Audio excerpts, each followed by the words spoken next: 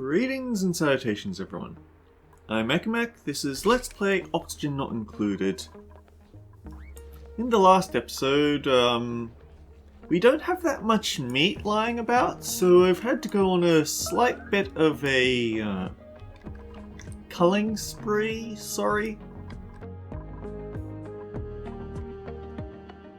Animals needed to expire and leave their meat behind. We have been doing a bit of work here at least. This isn't nearly as nice a base as our other one, but we still need to keep working on it. Oh dear, this little pocket is actually very lacking in any sort of fresh air.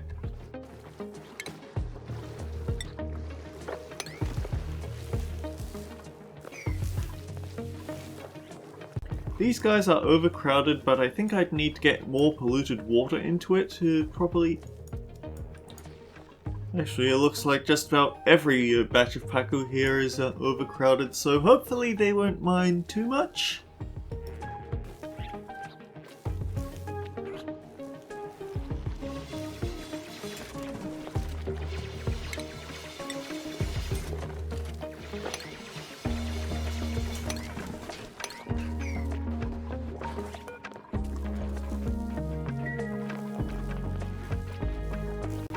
Actually, something else that we should set up here is a storage bin for seeds as well, because if you remember, Paku will munch on seeds if they're left in their pond. Suddenly this game became a heck of a lot more complex because I have two different places to keep an eye on. And Ellie's need for things gets me again.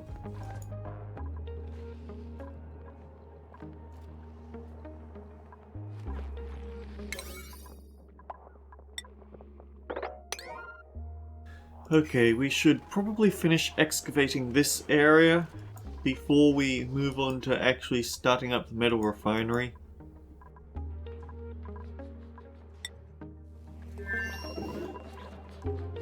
If enough time goes by without me getting the mini pod active, I might just send Ellie straight through the teleporter transmitter and back again.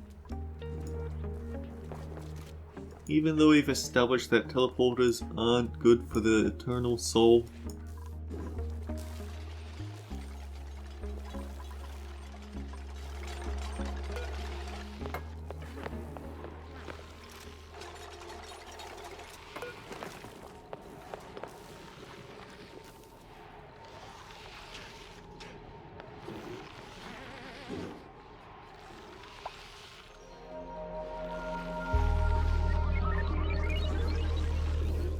Anyhow.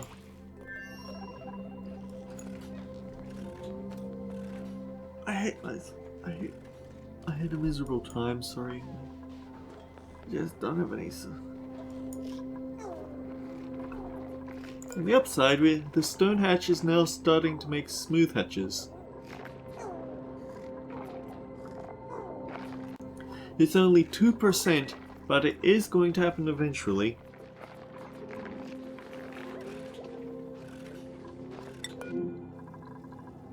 Yeah, this place is cold enough to freeze the carbon dioxide, not just into puddles on the floor, but now into little lumps on the floor.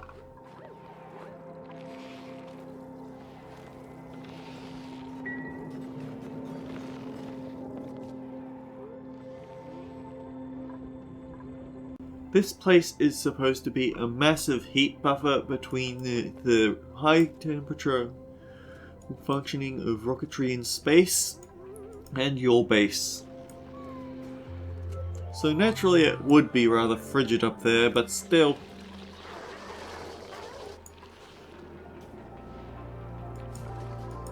And something that I just remembered that I want to do. I want to swap the priority for the microbe musher to 9 and the electric grill down to 8. We aren't going to make mush fries anymore, but I want all bristleberries and all sleet wheat to first go into making berry sludge. The reason why might be... maybe you figured it out, but... The thing is, berry sludge has no rot time. This is the first time we have a food that simply cannot decompose that we can make, because up until now it's all been single-use food that we take out of the overworld. So that's a very nice addition. And we want to go into space. We can't set up super frigid carbon traps in space, so we have to go for plan B and just make everything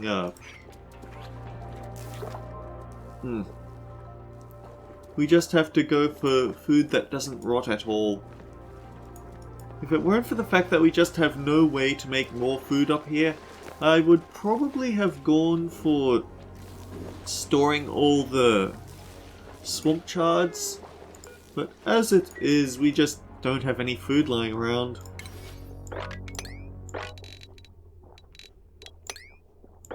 Sure, we have all these bog buckets around, but they're wild bog buckets.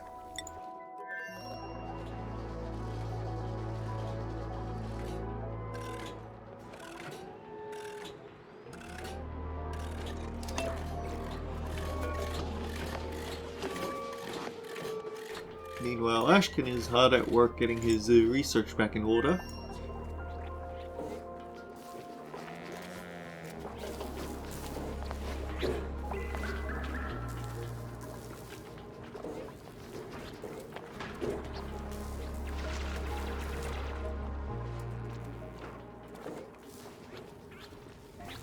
I think one little problem is that it's a bit difficult to find a proper place to set up a water recycling plant in the second asteroid, especially if it's got a lot of brine. Well, not brine, a lot of ice biomes, because you have to be careful of that freezing your liquid in the pipes. It's generally not it's not an easy system to just flip the pattern from left to right, because you can't flip things like liquid reservoirs, so the inputs are going to stay the same. And you have to do a bit more wonky piping for it, but worst comes to worst, I will do that, because I don't think it's going to be plausible to build one just here when it's going to go straight into the ice zone.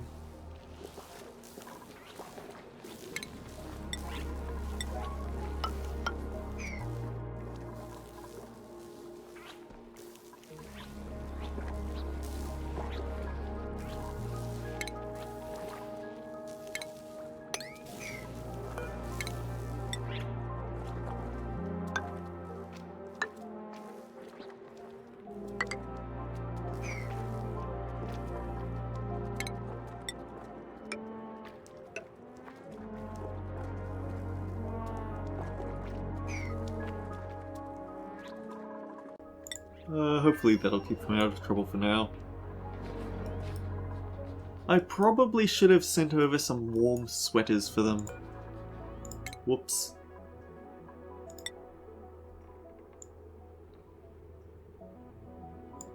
Let's get Nisbet started on plumbing. And you into suit sustainability. Even though your morale is actually quite low. It's probably because you didn't have any barbecue for lunch or dinner. Because we just don't have any meat around.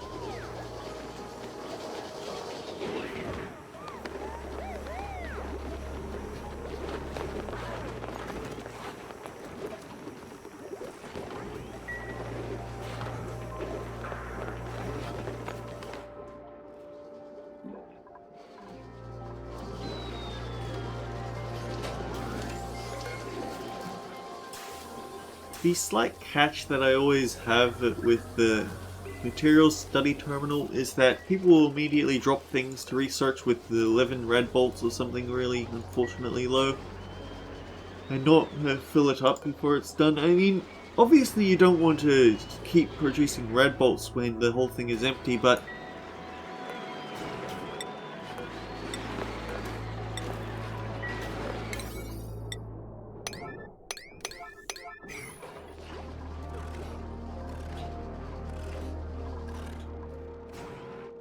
We've almost got a new duplicant.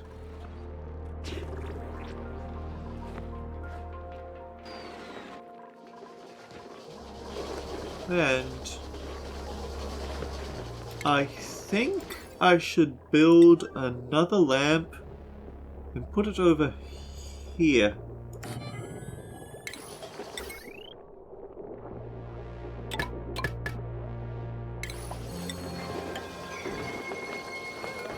Get this bristle blossom growing so we can start making berry sludge.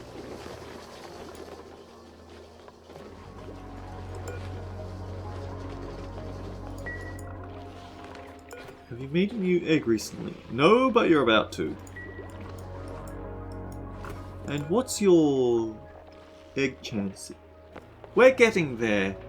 Not quite, but we are getting closer to making a glossy Drecklet.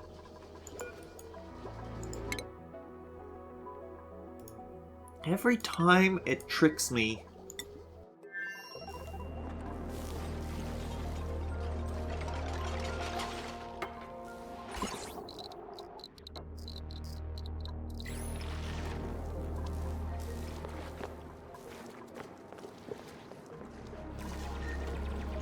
One trick that I have tried, and it isn't in super frigid areas like this, but basically have a small puddle of water, I think one tile down, and then dip the red bolt generator inside it, sort of like this. Like this. Because it's the little hexagonal part that absorbs the radiation. And then have the rest of it as a vacuum, and I believe that gives it maximum red bolt generation capability. If you were to completely flood a crashed satellite, it actually reduces the amount of radiation it produces because it has to penetrate the water.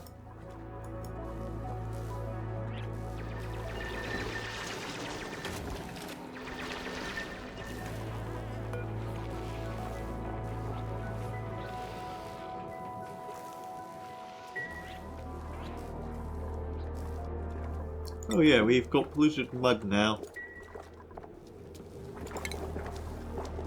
You use the sludge press and it produces water through the piping and it produces dirt at the sludge press.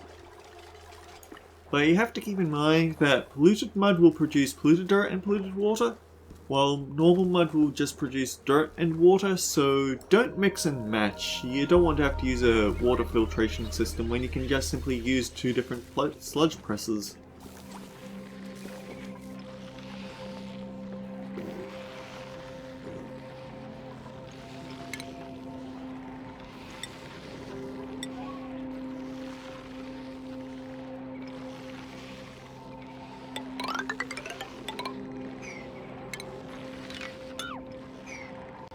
A shortcut down to the refrigerators and they should be good. Hello, new printables.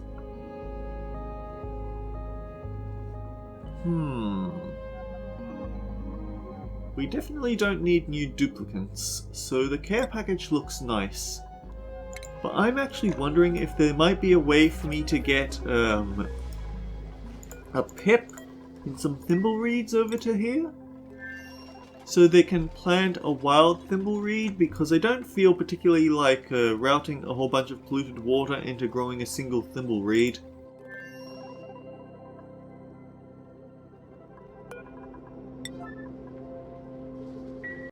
Please finish making this one so we can finish draining this lake, thank you. Actually, speaking of that, it might be time to do this.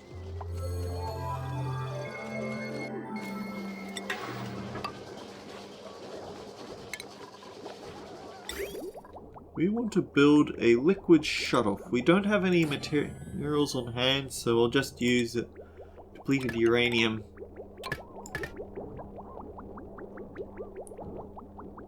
I'm going to create a system to get rid of excess. So basically at the moment, we have 3 liquid reservoirs of buffer. If you look at lavatories, they produce 11.7 kilograms of polluted water on use. but they only use 5 kilograms of water per use, meaning that eventually this system is going to get backed up. So what I'm going to do, now that I don't care about the locavore achievement, I set up a system to measure out whenever we've gotten to a high threshold on polluted water. So when this liquid reservoir reaches 75, it's going to immediately turn on this liquid shutoff and start funneling any new liquid polluted water is no longer going to be recycled for the system. It's just going to go straight through here into this hydroponic farm. Which, this little guy is probably going to put something in there I don't want. But what I intend to do is put a thimble reed there.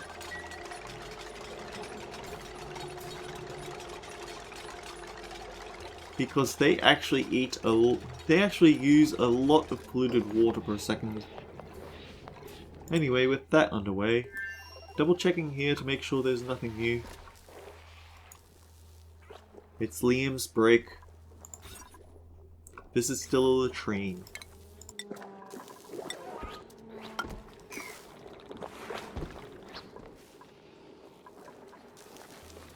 I suppose something that I probably should have brought attention to earlier, but there's one good thing about Plug Slugs.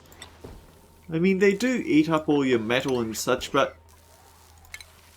get this underway. The one advantage they have is that they go to sleep at night, and all the adults will hang from the ceiling, preferably on any exposed wiring, and then generate power for the base. The less hungry they are, the more power they generate. I wouldn't say that I'd want to ranch them because they just eat so much metal, and that's non-renewable at this point in the game.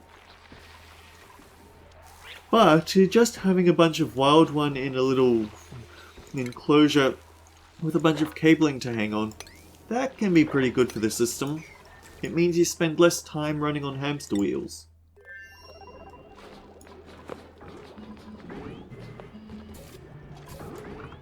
In fact, it would actually be kind of tempting to bring a plug slug egg over here. Just lock it in this box, drop it on the floor, and then let it grow to adulthood and to expose some wiring here.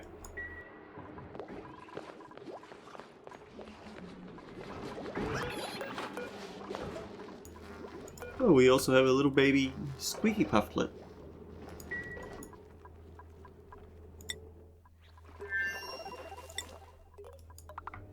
Ah, right.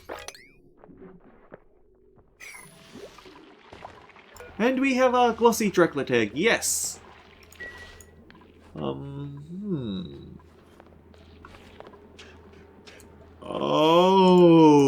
right. We need to build...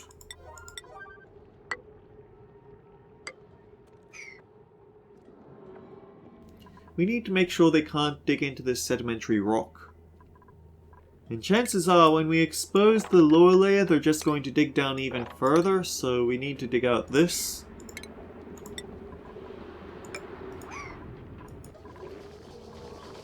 Yeah, you have to keep an eye out for the little mistakes, and hope they don't evolve into big mistakes.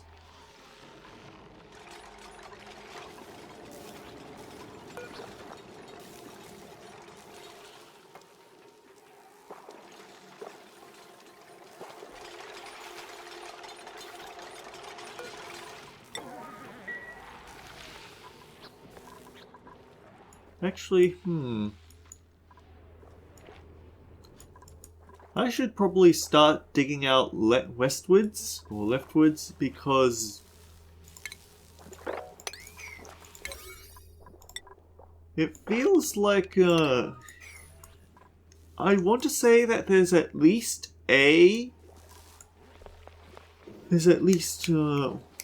one neural facilitator on this planet, and I really would like to put it to good use.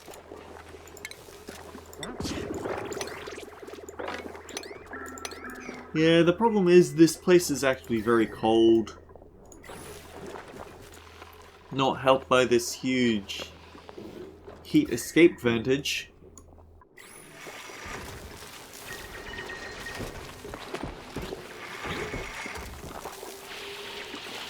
Alright, that should be a big enough area until they start laying eggs.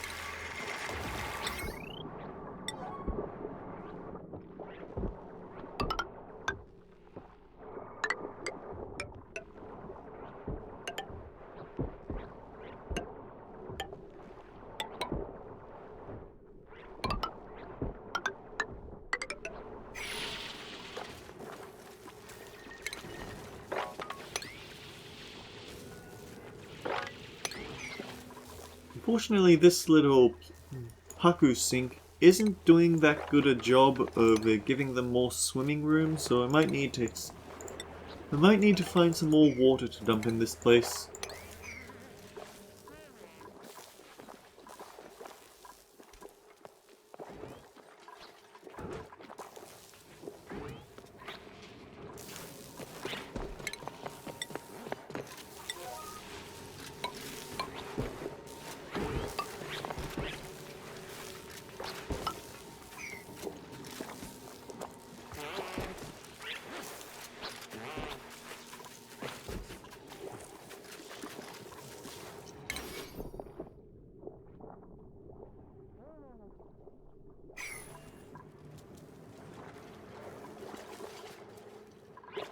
This would probably be a somewhat unsafe place to dig up before you're ready for it.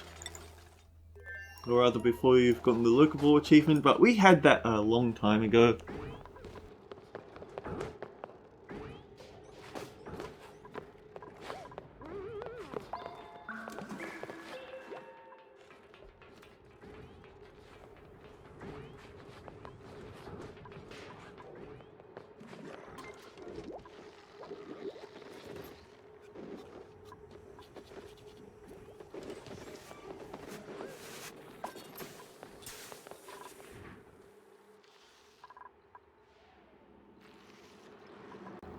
Yeah, we need to slightly prioritize getting the copper back in order. Actually, this would probably be a great place to start stocking up on some Plug Slugs, so maybe we should start seeing them every now and then from care packages if we were so inclined to save scum for them. And if not, sooner or later we're going to be able to finish switching on this teleporter so we can just start shipping Plug Slugs eggs over.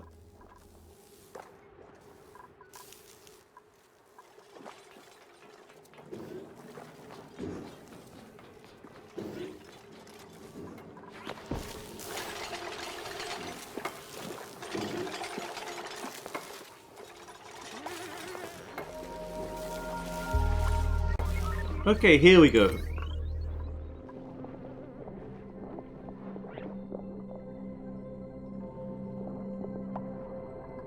That is not an insignificant amount of power.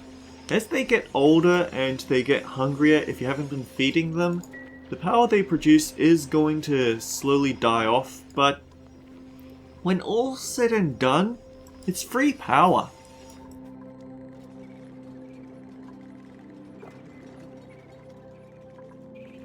Okay, I need to have a proper look at my base and figure out where I want to set up my hub.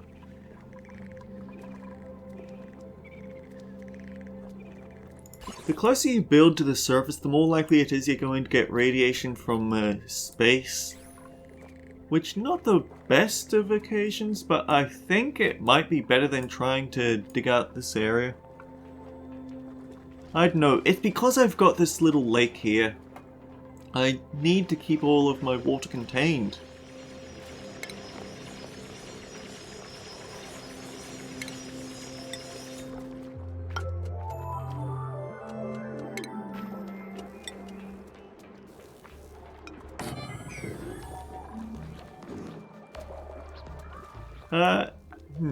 Okay, something else that might or might not be interesting. There's a lump of iron here, that's nice, but not what I was talking about. Wherever your sister asteroid is, no matter what, it should have a bunch of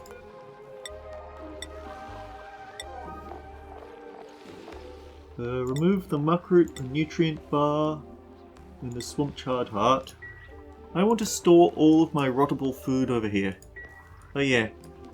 The sister asteroid has certain points of interest available that won't ever appear on the usual one. I think they're just to give you little head starts, like this here is obviously to give you a little bit of a water head start. This over here is to give you a head start on making a farm. The others that I know of, there should be one that's a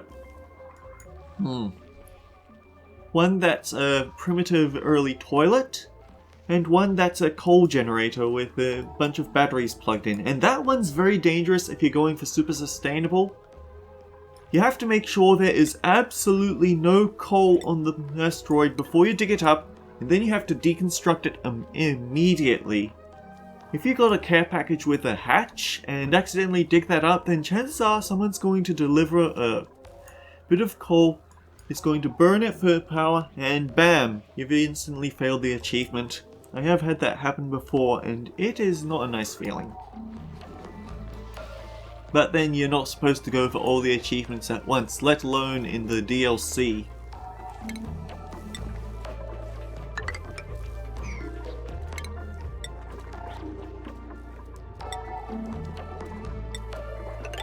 Also, this swamp is absolutely chockers full of sedimentary rock.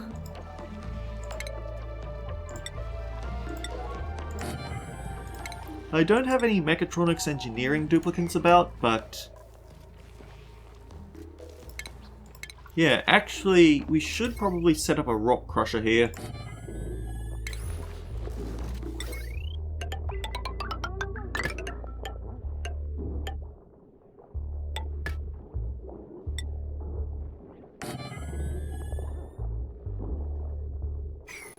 We need to get our hands on more refined metal for this area because we don't have... This is clearly the supply teleporter output. It's going to be a while before we dig our way to over there. It's much easier to get at the input. So we can't get all the materials on our own, we just have to make do with what we have.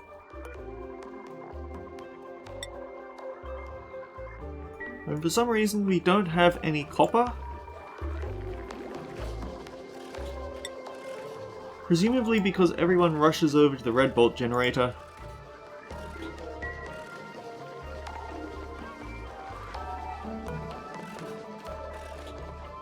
I keep thinking, is there a way I could capitalize on Abe's natural radiation for something, and I just can't come up with it.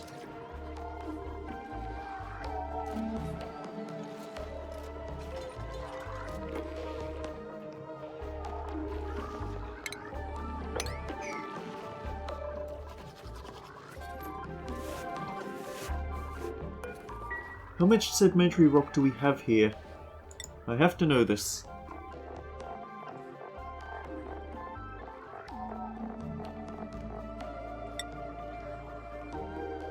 $46.4 tons of sedimentary rock.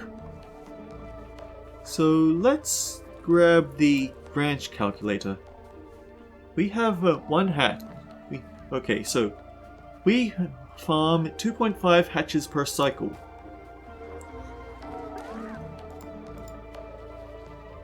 That gives us enough meat for 10 people, because one hatch is worth 4,000 meat. Our rancher skill is 11.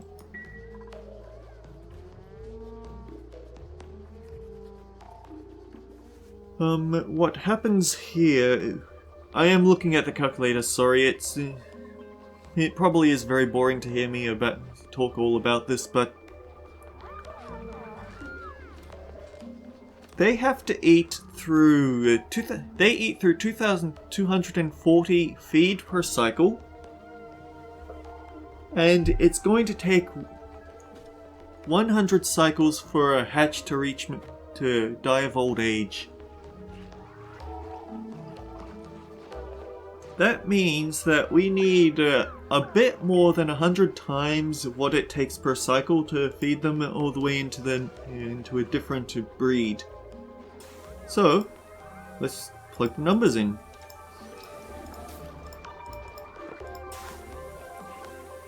We need 224,000 kilograms of sedimentary rock. Unfortunately, it's giving me the number in kilograms, so I can't be certain that it's the number I want.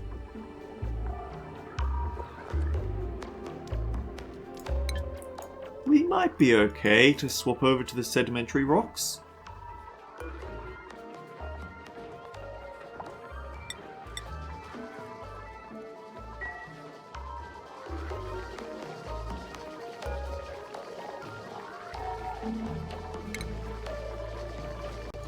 And now the sedimentary, yeah. Also, we have to change the permissions for the critter feeder.